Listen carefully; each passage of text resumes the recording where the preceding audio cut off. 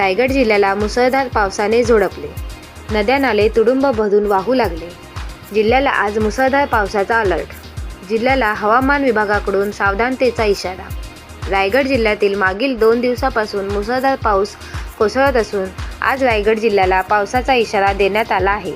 2-3 दिवस कोसळणाऱ्या या पावसामुळे रायगड जिल्ह्यात नदी नाले दुथडी भरून वाहत असल्याचे पाहायला मिळत आहे. या पार्श्वभूमीवर जिल्हा प्रशासनाने नागरिकांना सतर्कतेचा इशारा देखील दिला आहे. माणगावमध्ये मुंबई-गोवा महामार्गावर नाले व्यवस्था ठीक नसल्याने इंजिन ऑइल पेट्रोल पंप परिसरात रस्त्यावर पाणी साचल्याचे चित्र काल संध्याकाळीपासून कायम आहे. दमदार पाऊस कोसळत असल्याने जिल्ह्यातील पाणीटंचाईची समस्या दूर झाली असून बळीराजा देखील सुखावला आहे.